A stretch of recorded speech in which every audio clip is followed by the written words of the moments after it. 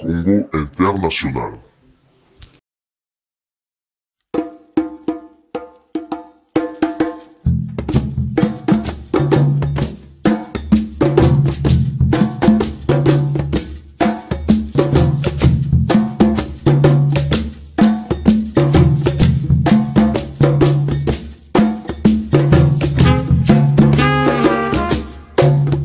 Mais quand Kabila, Laurent est arrivé, c'était pire que Mobutu. Là, il n'y a absolument aucune logique. Personne ne pouvait suivre, personne ne pouvait savoir ce qu'il voulait et ce qu'il ferait.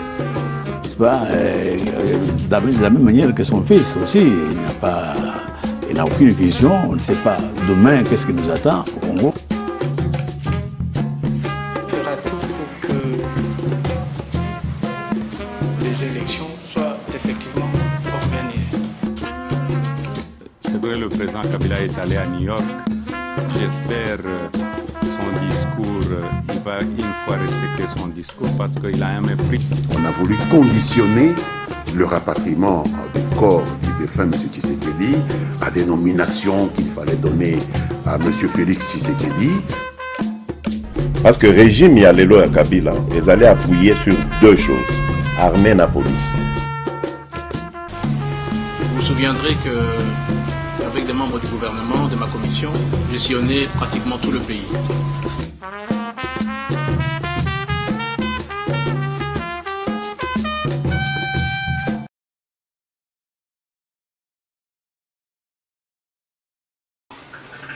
Chers frères, chers compatriotes, mes bien-aimés, Naza, dans un juste temps où il faut répondre l'un des antivalères, l'un des membres de l'UDPS à la personne de Fils Mukoko. Pour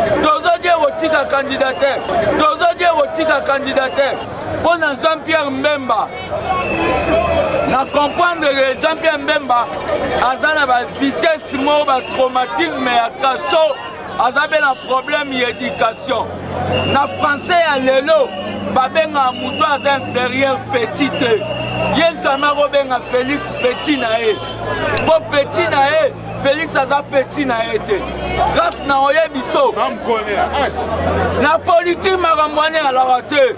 Toza ba partenaire politique. Ngai na 20 ans na maramba combat. Lenga na banda maramba combat. Jean-Pierre Mbemba zalai na sibe zaï ya papa nae. Abandika politique lobby lobby. C'est na mukone na politique. Na koye bisangote. Nazoya robenga président MNC ba continuer ko gafé. Babenga président na biso na congrès na bango. Bako vandise pembeni na tundu. Muto alumbaka sola bimpuka ya corruption. Ake bavandisiye. Makambo atu ba osala et biso méchant, c'est-à-dire de Jean-Pierre Mbemba ayebake 2018 et 2016 2006 les allélo. D'accord, merci. Mon frère, tu es bakema nous tous sala na média ou nous tous loba ezo komama. L'histoire ya mboka ezo komama. Alors maintenant, kobima na télévision te, kobima juste na média te, pour obtenir des propos diffamatoires de la Congo ya batu. Parce que il y a aussi des gens qui méritent maximum du respect. Kobima na télévision, oso attaquer à la personne de Jean-Pierre Bemba Gombo.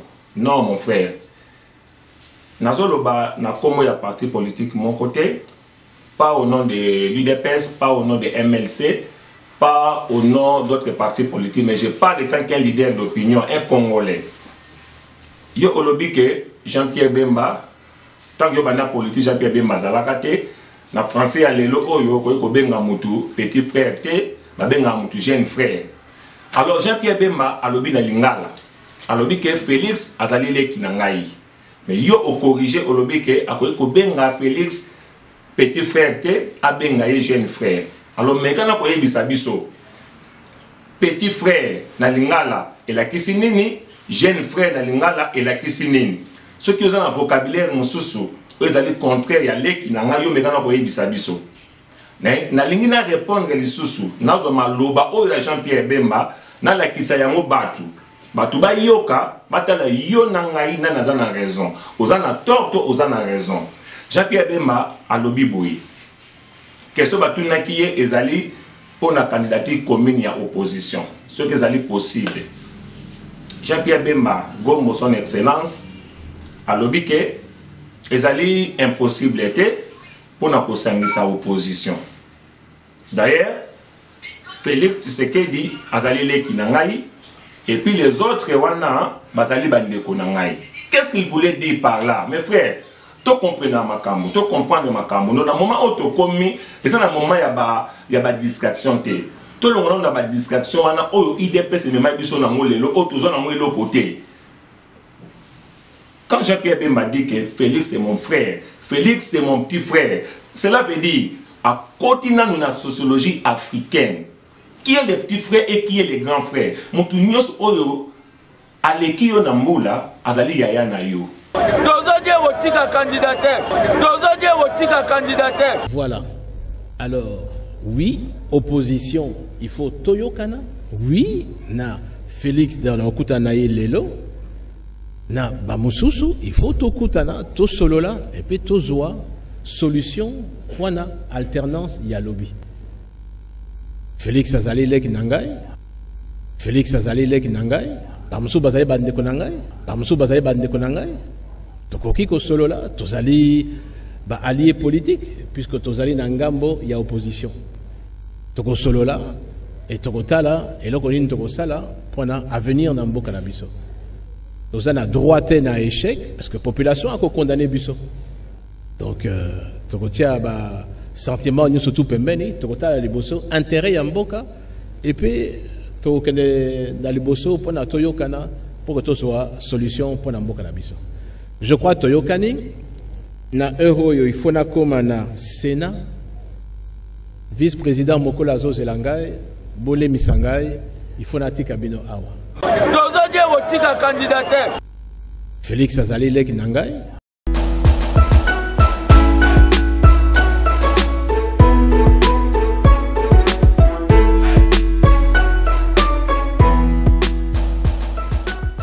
Wana, c'est la sociologie africaine. Mutunyoso oyo yo oleki ye na mbula azali leki na yo ezali nengwana ndenga nazali awa soki mutu aleki ngai même na 3 mois seulement na kobenga ye yaya oyo pe ngai na leki na mbula na kobenga ye leki na ngai. Alors Jean-Pierre Bemba a beaucoup plus considéré Félix par rapport à Vital Kamerhe, par rapport à Moïse Katumbi, qui ne sont pas des Congolais. Là il faut le dire. Avec Félix Azali Leki Nangai, cela veut dire c'est le problème maintenant, il y a une nation. Le problème maintenant, il y a patrie. Quand nous sommes devant un fait à défendre, quand nous sommes devant une couleur à défendre, la couleur de patrie, nous considérons tous les Congolais, donc cela veut dire Congolais. Alors maintenant, bino africain, yo Moïse, avec ta nationalité zambienne, Ozali Ndeko, mais qui n'est pas grand frère ou bien petit frère Nangai, parce que nous n'avons pas la même nationalité. Mon frère, tu comprends les choses. Alors maintenant, Moutouka Vital Kamerhe, Jean-Pierre Bemba Robin Vital Kamerhe, Yaya Nayete, Akoben Nayele qui Nayete, parce que la nationalité douteuse, non, asa Congolais. Alors maintenant, Jean-Pierre Bemba a bengi Félix Tshisekedi, azali leki nangai. Donc cela veut dire famille nangai ne yewana, ndeko nangai ne yewana Félix Tshisekedi, mais bamisusu wana lokola Vital Kamerhe, lokola Moïse Katumbi, bazali bandeko parce que baza ba africain, toza bandeko. Alors maintenant mabe eza wapi fils mukoko. Ndeko nangai tous les Congolais, tu comprends les choses, tout le monde a un sentiment, tout le monde a séparatisme, tout le monde a Kabola. Maintenant, tu connais le problème, tout ça, la Nélisanga, tout ça, la bon mon corps, pour la Etumba, tout ça, na mon neko, eza munene, eza ya mukete. IDP, si bino moko boko kate, bo meka mula na mula boko kate, besoin eloko mon côté, eza parti politique, autobenga yango parti politique mort. Vous n'avez pas des objectifs, tilelo oyoyo. Toyebaka objectif na binoté. Ezalaka primati, ezalaka côté les manabalabala na ba slogan, to ezali conquête ya pouvoir. Ce qui réellement ezali conquête ya pouvoir boya to sangana. Botika ko kabola. totika kokabola bandeko tant tokomi nango oyoyo eza moment oyo tozala ensemble lelo yo fils mokoko ozofinga Daniel Safou oza l'erreur mon frère okoki koattaquer Daniel Safou te vous n'avez pas donc de la même valeur.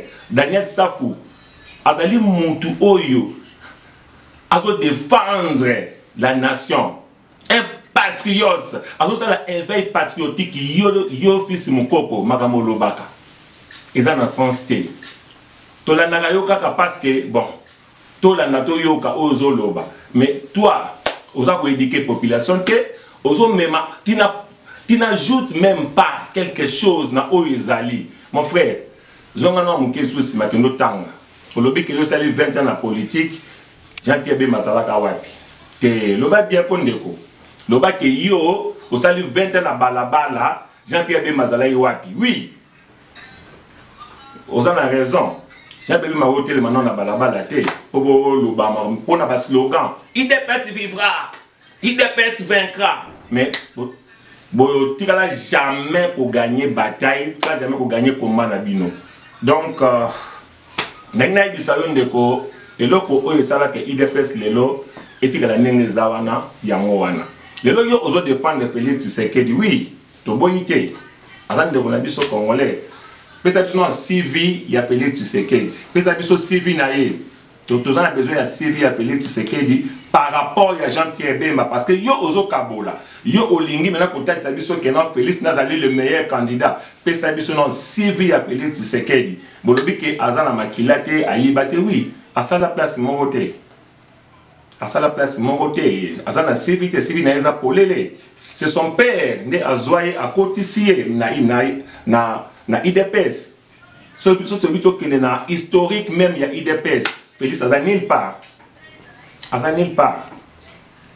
Peut ça biso civil na le cas na média ga non le cas qui peut ça civil à Félix son niveau d'études parcours na ye donc ça ni na sala na vie tout monde a une spécialité na ezanini to yeba na no civil à Félix Tshisekedi debi kaza congolais oui mais civil na ye a sala wapi parce que quoi si mes postes ya présidence tout ça quand même on a besoin il y a moins expérience quelle est son expérience en matière politique ils ont nul yo me kana no me convaincre nga donc nazo défendre Jean-Pierre Bemba mais nazo de na yende maintenant pour na contredire ba propos na yo qui n'était pas aussi bien ils ont bien parce que dans temps autre commune na mo c'est pas un moment il y a ba propos pareil donc nous sommes pas là pour séparer nous sommes pas là pour défendre un individu quelconque mais tout lingi maintenant unité tous les Congolais doivent se mettre autour d'une table pour une candidature commune afin maintenant au bateau bazana ngambouana baza aussi fort il faut maintenant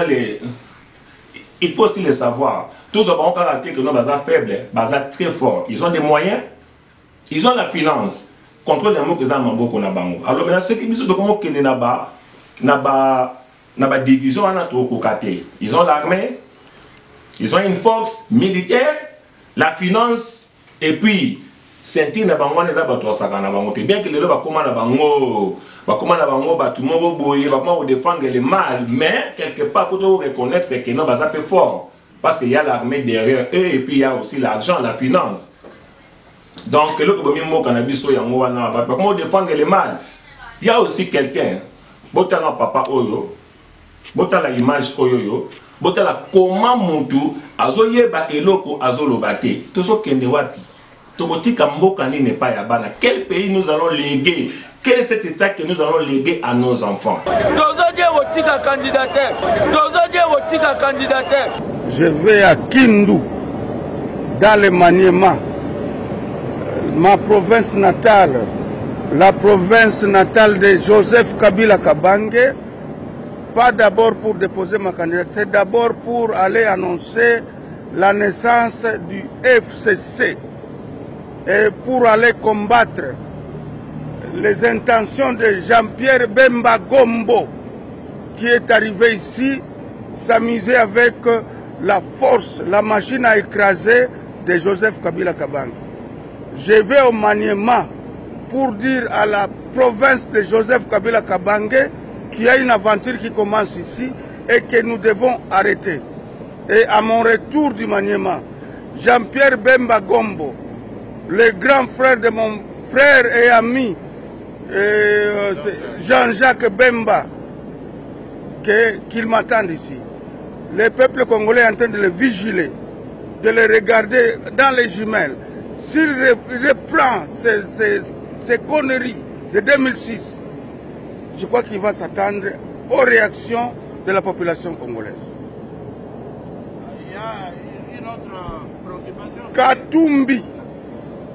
Katumbi Moïse, l'ancien escroc de Lubumbashi, il dit qu'il va revenir ici, par Lubumbashi. Ce qui a Zali Mobali, Moïse Katumbi Tchapwe, qu'il foute ses pieds à Lubumbashi. Il est là, qu'il vienne. Il est allé malade, s'il est guéri, Katumbi Tchapwe qu'il revienne. Et il va faire face à la justice. Moi je vais à Kindu. De mon retour, je vais accueillir Bemba et Katumbi. Et vous verrez où est-ce qu'ils sont. Peuple congolais, vous allez les accueillir ici. Histoire de Zokomama. Bazokoma histoire. Bana na biso maintenant na batamo ba otanga histoire oyo. Alors makam tozolo ba na media ezokende, ezotika na bakshiv. Ba komo na biso, ba komo na bino nyoso bazokoma ona banal. Il y aura un moment nos enfants maintenant bakozwate ya otanga biloko tozolo ba oyo. Ezotika la. Eza lokola media ya kalate lelo oyo ba YouTube ekomi. Ba makam ekomi le monde évoluer d'une manière là extraordinaire. Donc oh tozolo ba awa e otika la. Yo papa oyo. Ozolo ba kenon Joseph Kabila. Je vais à Kindu, dans le Maniema, ma province natale, la province natale de Joseph Kabila Kabange. Aza mutu ya Kindu, aza mwana ya musée, Kindu, sa province natale. Ah mais non, quelle confusion. Mbongo bazo pesa bino e bungisi bino na mayele ya kibomoto. Musée, aza mutu ya Katanga Manono. Parce que moi, naïe, a combien de mutu ya Kindu. Mais quand on peut défendre nos locaux, ils en ont sensé. Donc cela veut dire, tu dis que la bande n'a pas de mensonge, tu dis que la bande n'a pas de makamou ya lokuta. Bien aimé, vous voyez que Hippolyte Kanambe, alias Joseph Kabila, a un musée, Laurent Désiré Kabila. Mais Laurent Désiré Kabila, azalaki mutu ya Katanga, précisément na Manono. C'est ça, son village natal. Mais ce que moi nanaye, a comme mutu ya Kindu na Maniema, ndenge nini, point d'interrogation. Yo tata oyo. Mande ponanga bota no tata oyo. Je pense que azalaki na quit. Parce que ce botalier bien, azo dans mamazo lobate. Azalaki na quit. Bambongo azo pesa bango. Et c'est ainsi bango na mayele ya kibomoto. Et le moni bango mayele ya kibomoto o nzamba pesa ka mutu. Donc ba comment na munoko na comment ka mensonge. Comment pour adorer un personnage Hippolyte Kanambe. Parce que mayele nyoso longwa. O langwe masanga o meli masanga o langwe o ye pour défendre le mal. Au bosani même que musée Laurent Désiré Kabila azaki mutu Katanga na Manono. Parce que moi na naie a comme mutu ya province Mususu. Question mark. Mes frères congolais, nous devons savoir une chose, le pays nous appartient. Le combat en face de nous, ils ont mené de Makassi.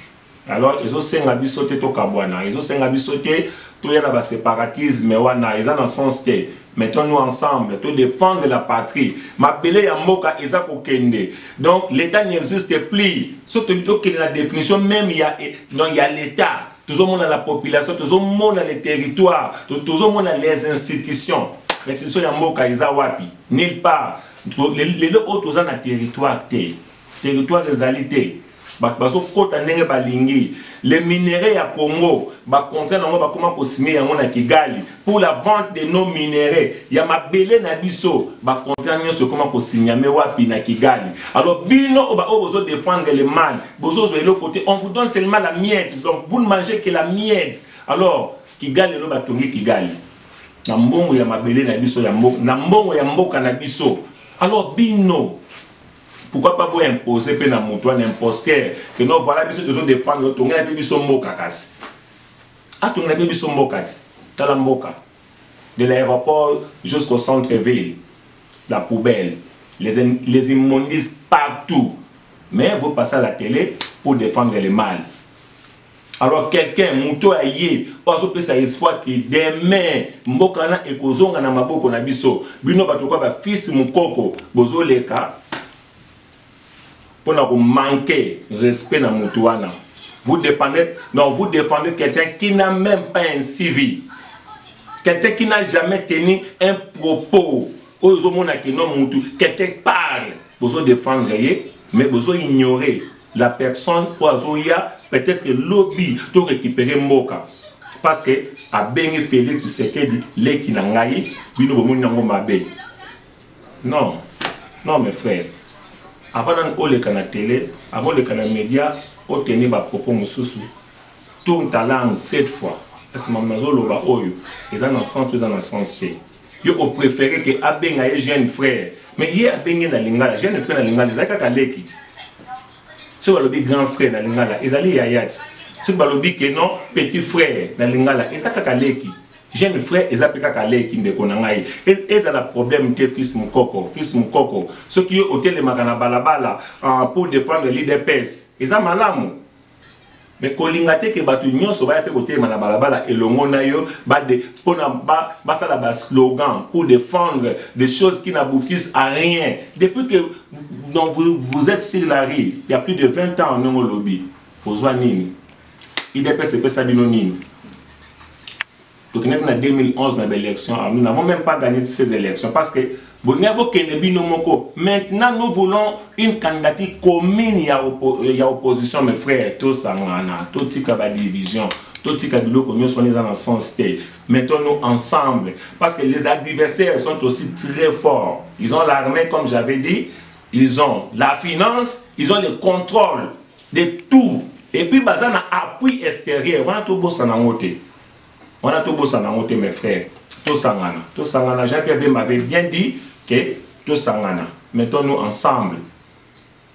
Mettons-nous ensemble et puis tout megakolongo là. Ba sentiment na biso wana personnel. Tout le monde ba sentiment wana oya biso ya ba congolais mon préso. Boye na boye biso nde to leki. Biso nde to za la popularité. Beaucoup même comparer que notre Nani Félix Ndé ayaki na bato belé par rapport à Jean-Pierre Bemba et ko sala nini koya na bato belé ya monde ko pesa biso pouvoir te koya na bato moké ndé ko pesa biso pouvoir te mais ko sala ensemble ce qui Jean-Pierre Bemba ayaki na bato 10 bino koya na bato 20 ce que to sangisi bango ba komi 30 to zui un pas. Ce qui peut, Bamisusu, Baïna Batouma 5, moi mi balé, tout ce qu'abamonté, mais tout ça, mi balé, mi ça, tout 20, 30, wana, tout, donc, l'union fait la force, tout ça, pour que tout combattre Batouana.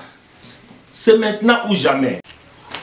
Ya, bon, comme on compare même, que yé ayaki na batu belé, yé batu azala ki moké. C'est-à-dire, vous comparer, yé nde aïe na batu belé, non.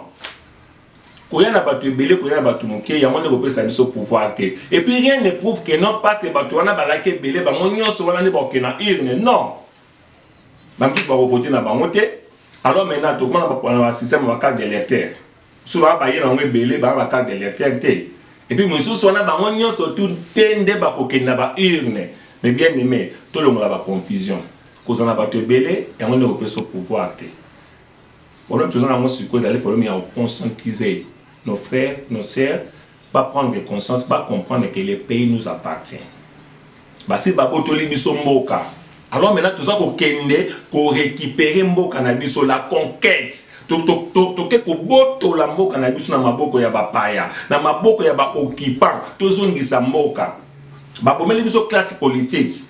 Babomeli biso ba institution, babomeli biso armée na biso, bazu nyonso. Donc ils ont pris possession de tout ce qui nous appartenait. Alors maintenant tozo kende ensemble.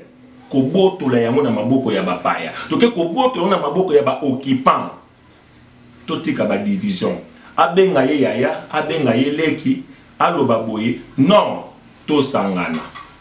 Tozo die otika candidateur. Tozo die otika candidateur.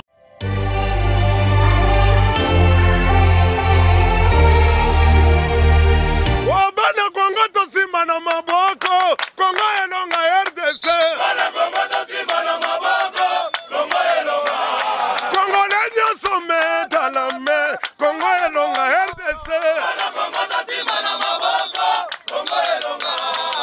majorité opposition tosimana Congo elonga RDC RDC